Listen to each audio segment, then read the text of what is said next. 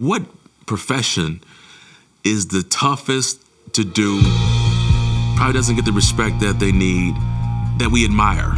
And I just thought about anybody that serves in the military, that's the type of attitude that we need to adopt. And that's when we came up with the salute. I'm gonna salute every time I score a touchdown.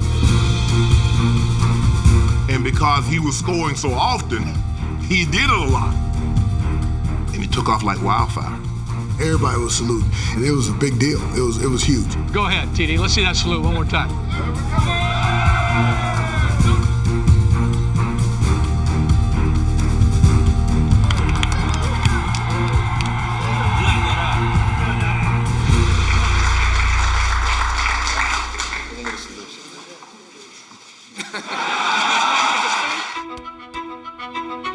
You're gonna be a football player when you grow up. Today is the best day of your life. Believe it. He might be the finest quarterback produced in the last 10 years. He used to be like, that's all I need. Fortunately for me, I didn't lose my life, didn't lose my job. Football convinced me that life is a team game. Rest of your life, nobody can ever tell you that you couldn't do it.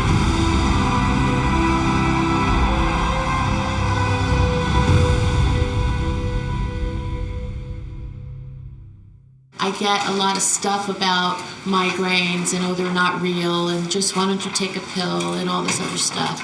And I was at a really big Super Bowl party that day, and I don't really know football that well, and I was, milling around the room. And I just need you to really know that that moment when you were taken out, big Terrell Davis, out of a Super Bowl game over a migraine, the room stopped, and all of my friends and business associates turned and looked at me, and all of a sudden what you did for all of us was legitimize this disease that people just blew off and thought that it was all in our head. So, I'm not thrilled that you had your migraine that day, but I kind of am.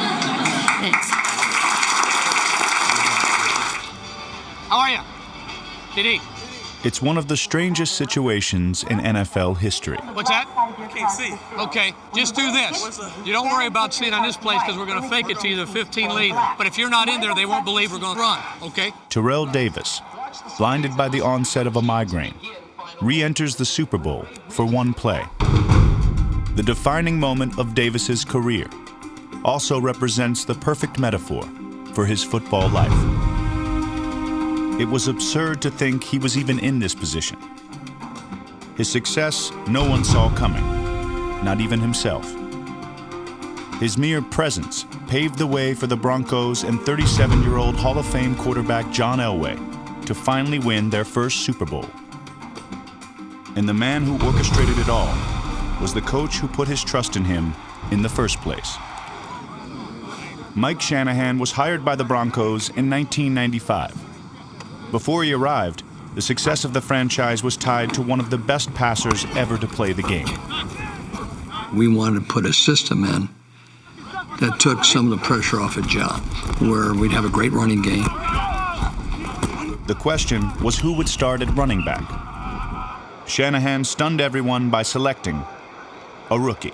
You're looking at a 6th-round draft pick that nobody really knew a whole lot about, that really didn't play a lot when he was at Georgia, and was really kind of an unknown. You watch him, and all of a sudden he goes from rushing for 80 yards to 90 yards to 120 to 130.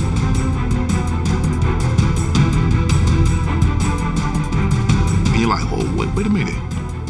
This dude legit. This dude can play.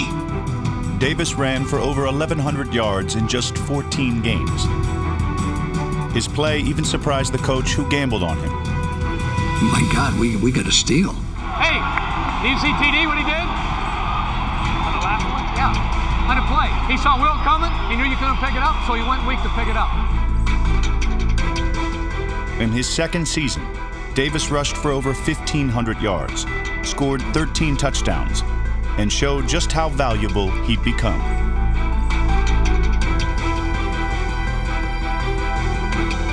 TDs can't see, can't focus. Well, the report from the bench is blurred vision, bothered by headaches, and he has a history of migraine headaches. And we're told it's questionable whether he'll be back. Are you all right? Getting better?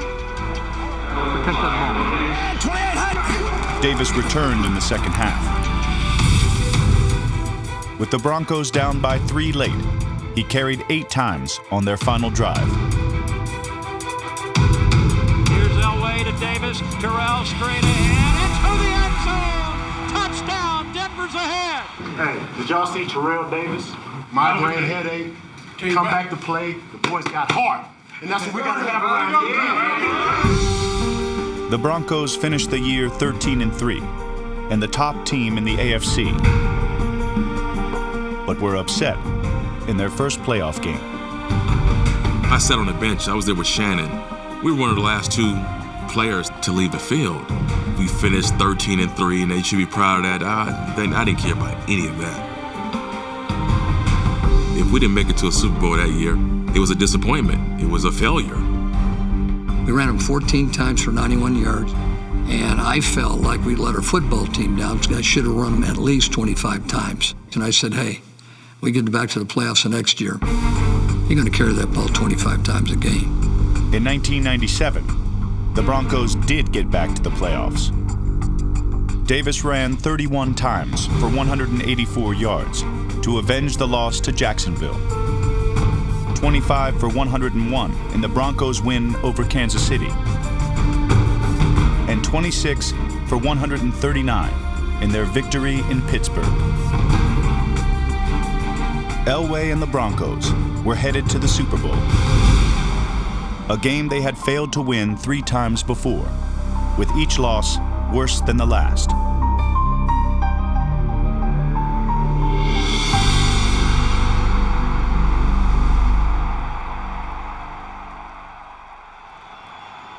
Super Bowl 32 was supposed to be more of the same. The defending champion Green Bay Packers were a 2-touchdown favorite and owned one of the league's stingiest defenses. Toss and runs right, cuts back. TD right now, making a lot of Packers miss. He ran right through me like, dang it, man, he just ran right through me? Yep, he ran right through you. The Packers tried everything they could to slow Davis down. I get kicked. I remember just feeling a thump on the top of my head. And I think Davis may be shaken up. Terrell Davis is on both knees. And this would be bad, costly for the Broncos. All of a sudden, my vision starts to go out again. And I'm thinking, oh, no, not again. Like, this is the worst time. Come on. Because I know what's about to happen. I'm about to get a migraine. I said, Mike, I can't see. I need to let you know. Of course, he says, well, TD, you don't need to see, but we need you in the game. Because if you're not in the game, they won't believe we're going to run the ball. I could see with TD if he couldn't do it. I mean, I could see right away.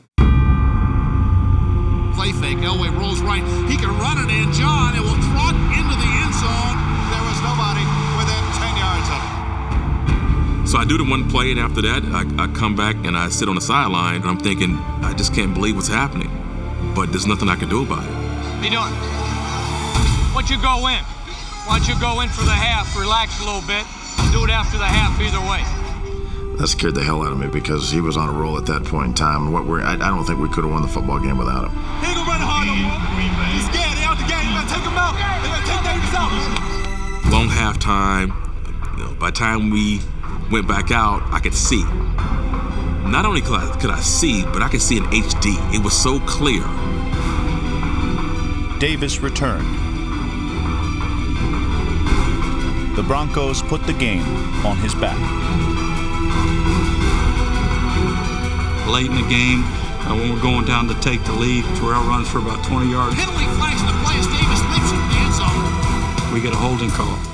Mike turns to me and says, run it again. Hand off Davis, left side, behind Howard Griffin. Nice hold, Davis, 15, 10, 5, Davis! Did he get in?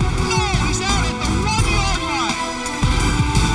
Davis, into the end zone, rocking, standing up. Denver's gonna win it. Oh, baby, they're gonna win this thing. In 3 seasons, Davis had gone from unknown 6th-round draft pick to Super Bowl MVP. A shocking rise, but in many ways, a fitting one. Davis's football life was one surprise after another. Coming up, the story of how Davis got to the NFL.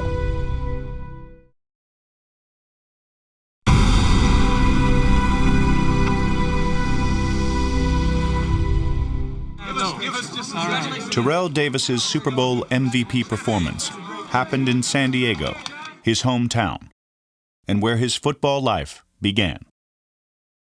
One of the great comedy shows that was on TV back in those days was Dukes of Hazzard. We ended up calling him Boss Hogg. He was a field general. He was somebody who commanded the ball.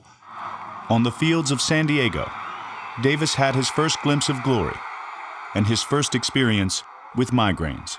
I was walking from the field to where my mom picks me up. Everything that I'm looking at is not a clear picture. And that's the way my vision is for about 40 minutes to an hour. By the time we get to the house, my vision starts to clear up, so I'm excited, but I'm starting to get this headache. I remember thinking thoughts of suicide because it was so painful. The youngest of 6 boys, Terrell was taught by his father to be strong. I know he didn't want me to refer to him as the baby because he said he's not a baby. He wanted his sons to be streetwise. He wanted them to be men. My dad was tough, raised in the streets. My dad had been shot. My dad had gone through a whole lot of stuff in life. My father was very strict, a very disciplined person.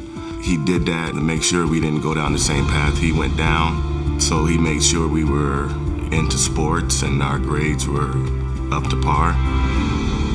I mean, I love my dad. He was a provider. He was a protector.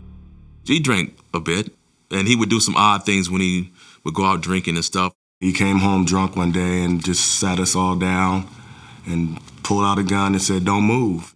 He fired shots, 1, 2, 3, 4, across our head. I mean, like into the wall as we're sitting on our beds. It was scary. But soon it was over, he walked out and we just went back to what we were doing, like it didn't happen. Now, people say, were you scared? I wasn't scared. I know my dad. You know, my dad would not hurt us in that fashion at all. But he had a way of trying to teach lessons to us. And that was one he tried. I still don't understand to this day what he was trying to say with that. But that was Joe Davis. You know, that was the way he operated. When Terrell was 15, his father became gravely ill from lupus. I just remember walking down the hallway and with my brothers and my mom came out. And she said, you know, she told us that my dad had died. And I just couldn't believe my dad was lying there, man, just lifeless. I stared at him just crying, just hoping that he would move. And just hope that, hey, maybe he's just out for a little bit and maybe he'll come back. And he just never woke up. And here it is, the man that taught us so much about life, man, and you know, everything was about being strong with him. You know, he prepared us for everything. It's like that was a pillar of my life, man. That was my dad. After my dad died, it almost felt for a minute like, you know, like why am I even here? Just flunking out of school. I mean, I just not going to classes. I got off track. You know, life just didn't have the same meaning. And he told me that he had quit football. He wasn't going to play anymore. His dad had died, and he felt so disconnected with everything. Terrell started hanging out on the streets. One night, he found himself staring down a double-barrel shotgun. So I'm backing up, and I'm trying to swap the gun away from him, as it's right here. So when I hit the barrel, every time I hit it, he rolls the barrel over. And I laid in bed that night, and I just remember thinking that I could have lost my life. I kept replaying that scene over and over and over and over. What was I doing at 3 o'clock in the morning, 2 o'clock in the morning in a neighborhood probably shouldn't have been in? That was the most pivotal moment in my life. I mean, after that day, I made a decision in my life, man. I was like, you know what? I got to get back to playing sports. Terrell transferred to Lincoln High, the same high school Hall of Fame running back Marcus Allen attended a decade earlier. But unlike Allen, Terrell was no high school phenom. He played nose guard, fullback, and rarely carried the ball. We had guys on our team getting 20 letters, 30 letters from colleges. I probably got 3. And they were all local. They weren't great schools. Meanwhile, his brother with a different last name was at Long Beach State. I was in a coaches meeting one day with my staff at Long Beach, and they were looking for bringing new people in. And I just kind of mentioned Terrell, not telling them that he was my brother. They wrote his name down and said, we'll go check him out. And they went and checked him out. One of the coaches who recruited me, who came to the same house and sat there with my mom, went to the same house and sat again with my mom with Terrell this time and didn't realize he's been there before. Davis walked on to the team, but the future Super Bowl MVP was a long way from making it big. I think out of 108 universities or schools, D1 programs, we were probably 112. We were bad. Up next, Davis's football journey takes an implausible turn southeast.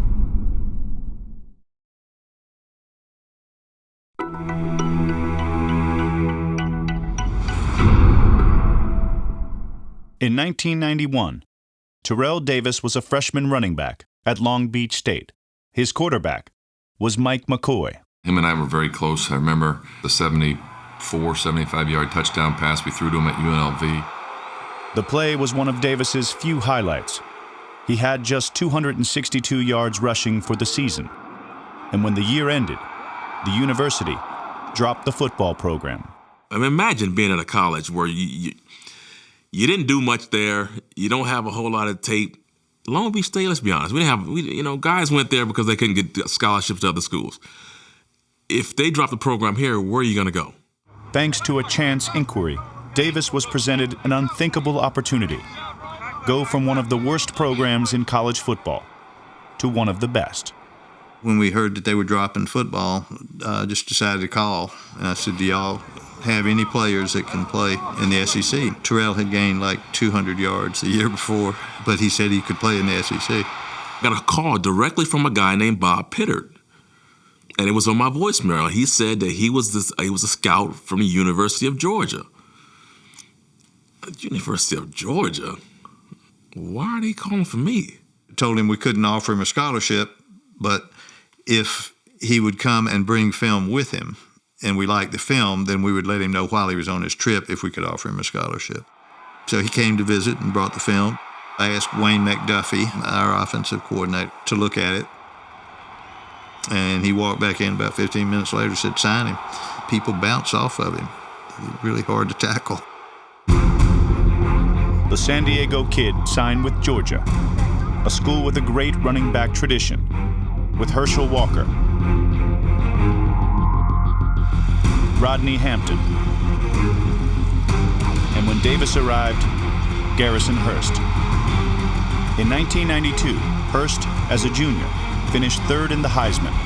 He turned pro, and Davis became the starter.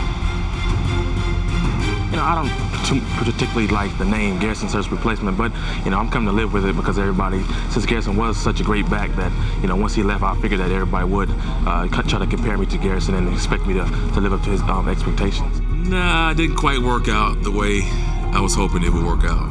Part of it, I think, was that people wanted Garrison. He broke long runs constantly, and that's what they were looking for. I'm a guy that I would describe it as sort of a chain mover. I wasn't hitting balls out of the park. I could kind of feel what Terrell was going through because it is pressure. It is pressure when you're in the shadow of all these great running backs that have came through, and they expect the running backs to be good when they come to Georgia. Midstream during the season, they just came in and said, guys, we're changing the offense around. And I went from carrying the ball probably 20-some times a game to probably seeing the ball 5-6 times, 6 carries. It wasn't just the offensive philosophy that kept Davis and head coach Ray Goff at odds. Everybody, it seemed like they were operating out of fear on our team. He dictated everything. Versus talking to you about something when you made a mistake, it was always yelling. And there was a few times I stood up to him. College football is never been a democracy, but in those days it definitely was. A lot of the Georgia kids were kids from poor areas of that state, and these kids came in, did what they were told, went along with it. And here comes Terrell Davis. Bob Pitter recruited him. Ray didn't really recruit him. He was from the West Coast. He'd lived a pretty scary life already. He wasn't going to be intimidated by a college football coach. Several times, Davis couldn't practice for reasons neither he nor the coaching staff fully understood. At the time, I was not diagnosed with migraines. If the trainers can't explain what's going on, and I can't explain to the trainers what's going on, well, he thinks I'm trying to get out of practice when I'm not. I have a migraine. Before the start of his senior year, in a practice open to the public, Davis left with an injured hamstring. And Ray screamed at the trainers, "Why isn't Terrell out on the football field?" And so he made me get off the training room table, put my pads on, come out to practice. And he chewed me out in front of all these people. Just dog cussed me in front of all these people. And he grabbed my face mask and he was tugging on my face mask, yelling at me in front of all these people. And I told him, "Man, don't you put your hands on me like that again." So we almost went to blows.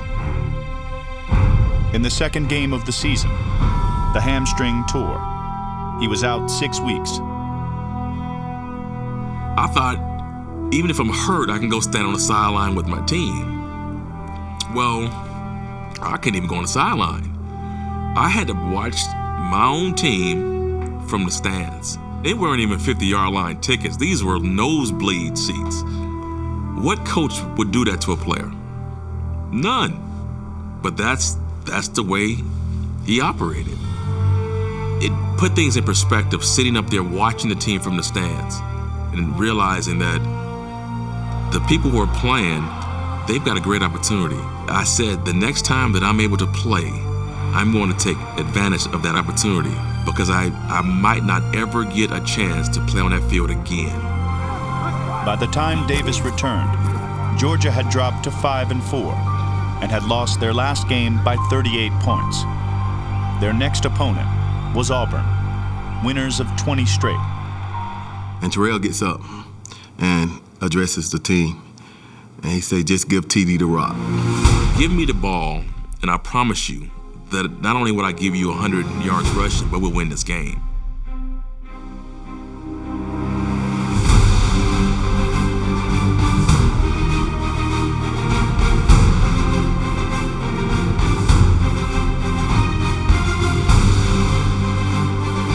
Davis ran for 113 yards, and Georgia snapped Auburn's win streak.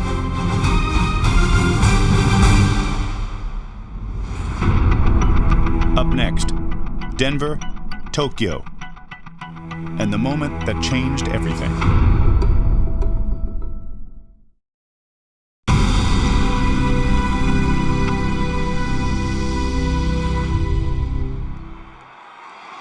In his final game at Georgia, Terrell Davis ran for 121 yards. His draft stock appeared to be on the rise, but NFL scouts were telling him his coach was keeping it down. They were asking me questions to clear up for them things that he said about my toughness, doesn't play through injury. That's a character assassination. He's a free safety. What's the man? The report did not discourage Broncos running backs coach Bobby Turner. That's the first thing coach would kick me about on fit. It's like a marriage. You need the perfect fit. And so that's what I personally was looking for. Bobby had this thing about how he found backs. He wanted a trait in them. And one of those traits were that they were, I want to use the word mean, but I wanted to be in a football way. Terrell was a tough-minded, when he ran the ball, when he played the game, Terrell's a mean guy back there. One of the things, and it still stands out today again with me, is his physical toughness. Even though there were knocks when he was coming out of college about his inability to play hurt and things like that. There was a few things out there on TD that he didn't do this or didn't do that. So I called a very good friend of mine who coached me in college, who actually was his coach at Georgia. His name is Greg Davis. And Greg said, "Don't worry about that. He's a great kid. He's a good football player. He just was hurt." He had a lot to do with me being able to jump up and down for him and say, "Hey, coach, this is what they're saying. I got, a good insight here. So let's take a chance on this guy late in the draft." In the 6th round, with pick number 196. That's what the Broncos did. I was so excited, and he's like, he was just practice bait. I said, I don't care. You're going to Denver. I said, Mom, I said, I can appreciate being drafted. I said, but I won't be truly excited until our opening game and I'm starting.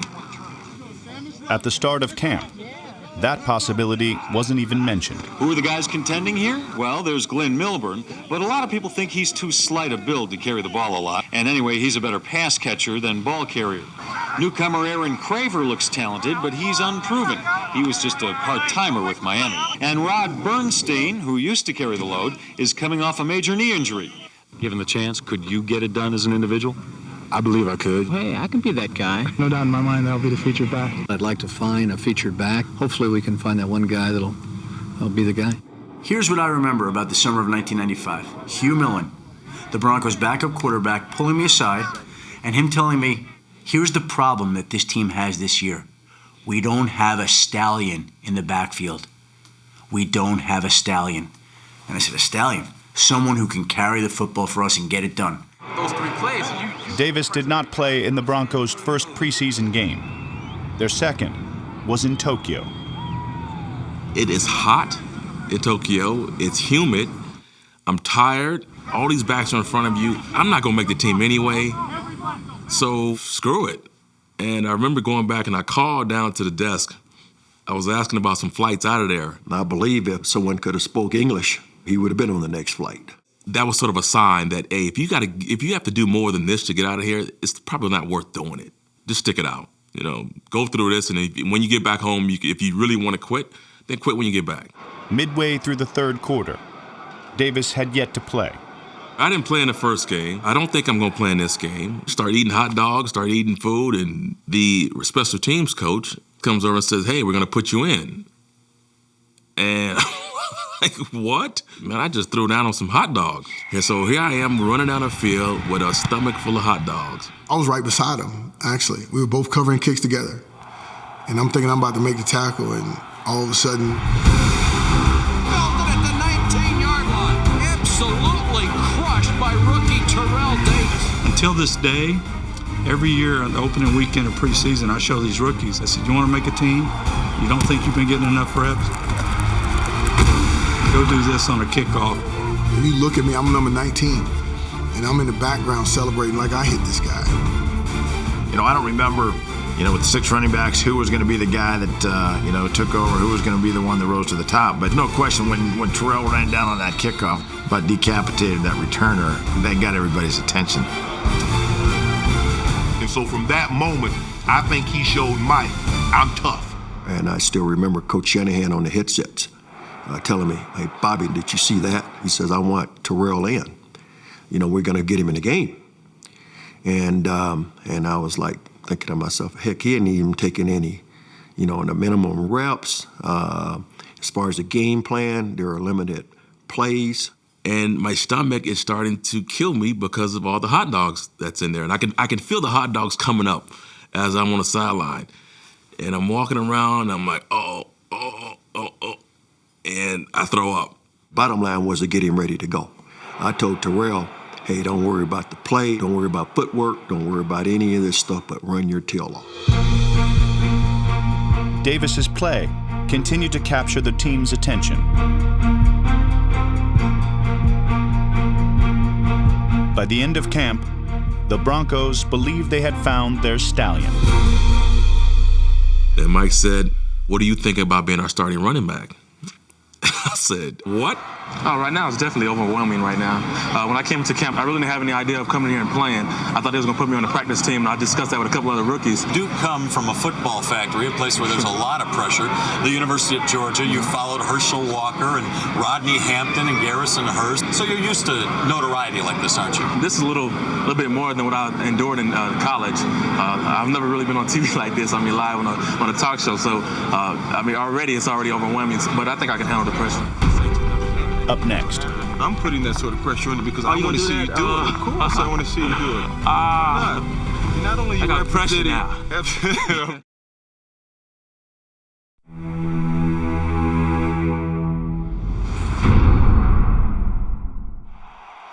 After Super Bowl 32, everyone wanted to talk to Terrell Davis. Now, have you ever said to a woman, "Not tonight, baby, I got a headache"?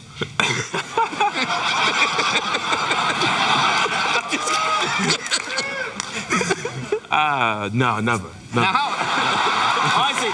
Somehow, it's like the Super Bowl. The vision clears up right away. You find a way to get back in the game. That's right. That's the sign of a champ. You're back in the game. That's right. That was kind of cool. I can't even call my mom. The interviews included one from fellow Lincoln High alumnus Marcus Allen. But, listen to your thoughts of, being the third guy or the fourth guy to break 2,000 yards. Have I ever thought about that? Yeah. You were close last year. I mean, why not? That just seems like it's a long... let me tell you what, that is really what separates the great ones from the really, really good ones. I can't do it anymore. That's true. Think about it. There's only one guy I know from San Diego Lincoln High School that can. So... The Broncos and Terrell Davis began the 1998 season on a record-breaking pace. And Terrell Davis, the last two times he's touched the football, has gone 63 and 59 yards, both for touchdowns. How many carries for TD in the first half? 168 yards. Not a bad afternoon, huh? Some games we were up 40-6 at the half, and we didn't need TD anymore. Starting the half off, we'll go with same offensive line, same receivers. We'll take TD out. Huh? No, just take me out. Legitimately, he could have rushed for 2,500 yards that season. Here goes Terrell Davis, big hole, TD, still on his feet, 30, 25, 20, 15, 10, 5, touchdown. You're out. You're out. After 14 games, Davis was less than 200 yards away from 2,000. What a run by Terrell Davis. How many tackles did he break on that baby? So we go play Miami. I got hit a lot that day.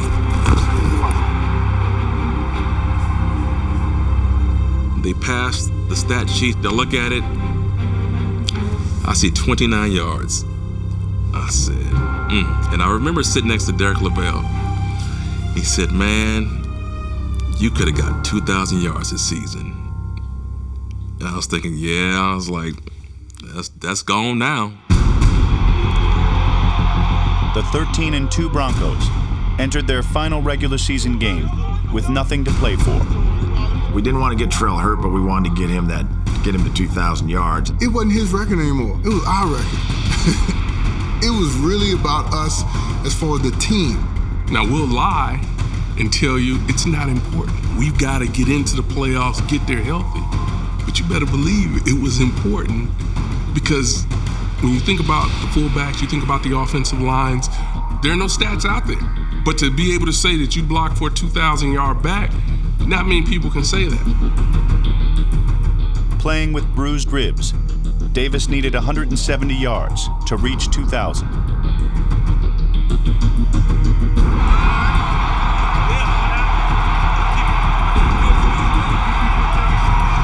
There was a point where Mike said, "Hey, I'll give him 3 more carries," but I know Mike, he was just motivating the guys up front.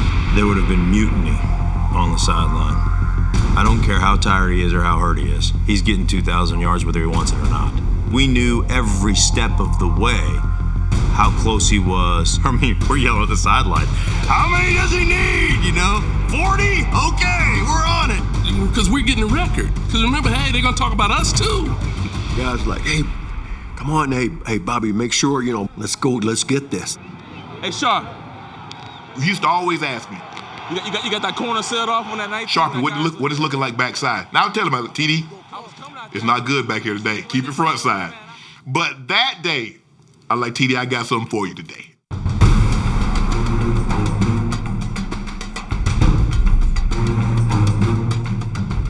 As we get closer, the pressure now is on Terrell.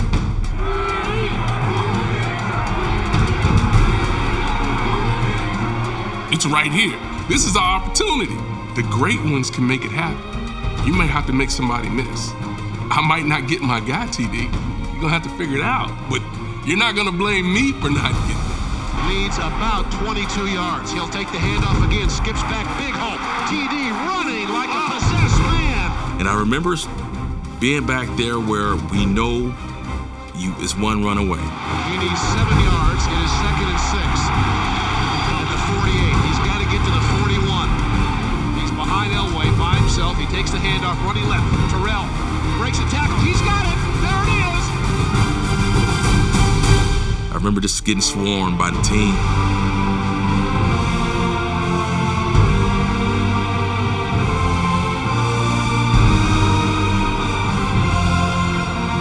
I remember looking at the scoreboard, I could see it flashing. 2,000 yards, and they're chanting, TD, TD.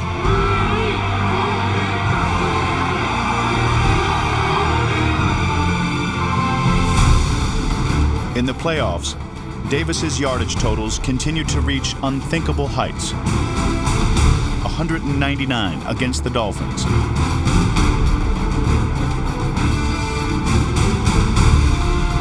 167 against the Jets. The Broncos were again Super Bowl bound. Going into that whole week, Landon was talking about the fact that, Terrell Davis is not going to beat us. If I was on their side too, I'd make sure I stopped Terrell Davis. Davis surpassed 100 yards rushing for a record 7th consecutive playoff game. But he was most effective as a decoy.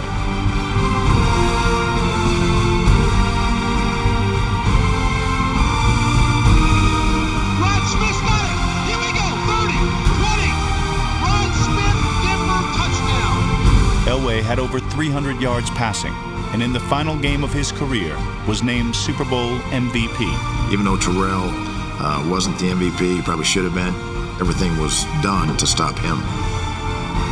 That John Elway and that TD, that combination, lethal. Absolutely lethal. Coming up, Davis's football life comes to an unlikely end.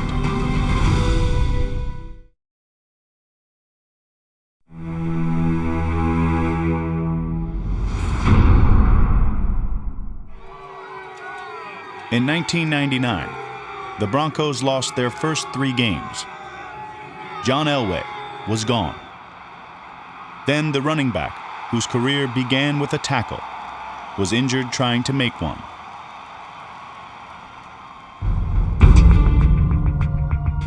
I feel this burning sensation in my right knee, and I knew immediately that it was not good. Just one of those freak things. As many times as he's carried the ball, there was a bunch of ways and a million times that he could have got injured. But thinking that he's never going to be the same, that never entered my mind. I felt he was going to bounce back from that like he did all the other injuries that he had. Yeah, he came back, but he was not the same running back. In my mind, I was thinking that I was pretty good, but coaches knew it, teammates knew it, and then when I saw myself on tape, I was like, man, you do not look, not even close. And so I was just a shell of myself out there, just basically playing on sure will, just trying to, fight through everything I could fight through. In 2000 and 2001, Terrell Davis played just 13 games. In 2002, he decided there would be no more. His first time down the tunnel would be his last. Need some clear eyes right there. Already.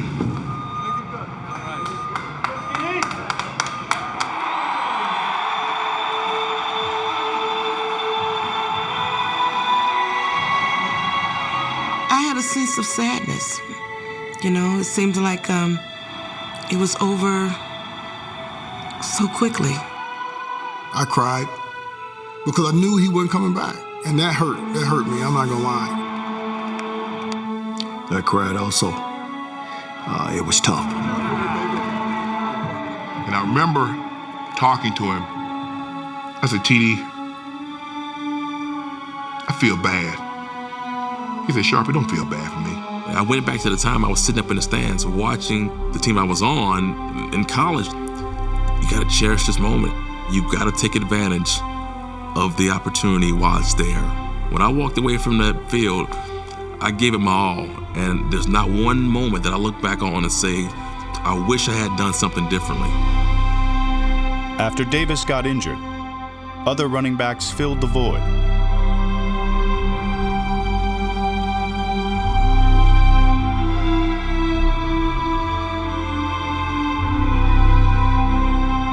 Their success begged the question: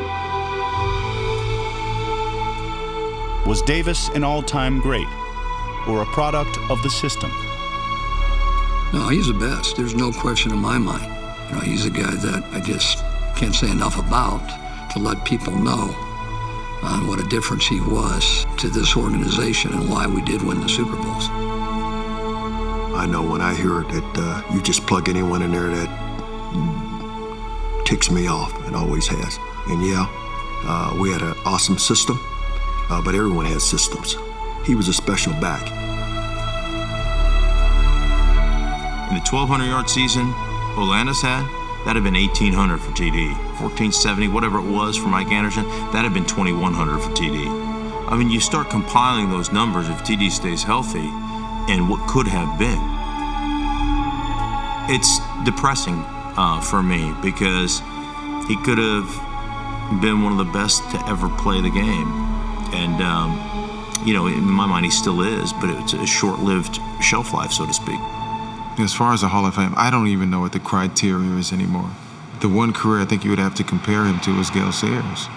A short but outstanding career. Now, if Gale's in it, why isn't Terrell? I don't like to speculate. I don't like to get into innuendos or conjecture. But this is fact. Without TD, we don't win Super Bowls. That's fact. His numbers are the same as Earl Campbell's. His numbers are a little better than Gale Sayers. My guy has 2 Super Bowls and a Super Bowl MVP and a 2,000-yard rush season and a league MVP. His whole career was playing big in big games. You can take a look at his regular season stats, but what separates him is that he loved those playoff games. Davis has not yet made the trip to Canton. But there's one place the time had come to visit. The last time I was here, maybe 95 or 96, so you're talking about, that's almost 20 years ago.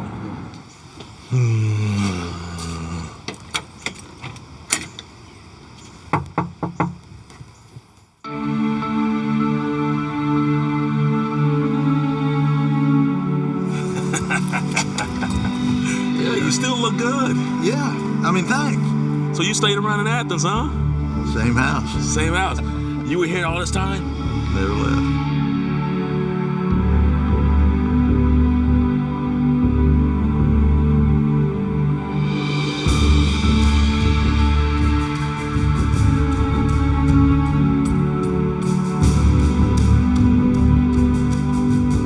I got some great memories here, and I got some not so great memories here. I forgot how sweet this grass is. Take it all in again. His success no one saw coming, not even himself. Yet at every step, he defied the odds and wound up at the top. Looking at his improbable journey from a distance, the man Davis thinks about the most was the one he couldn't share it with. I think about my dad, I say probably daily. Who am I going out there with? Just you. Oh, Just you. This me? I got my own stage today? What? I had one of the best careers. I always wonder, is he able to see me doing this stuff? Please direct your attention to the southwest 10-yard line for a special welcome back. Please welcome back Georgia Bulldog great, Terrell Davis.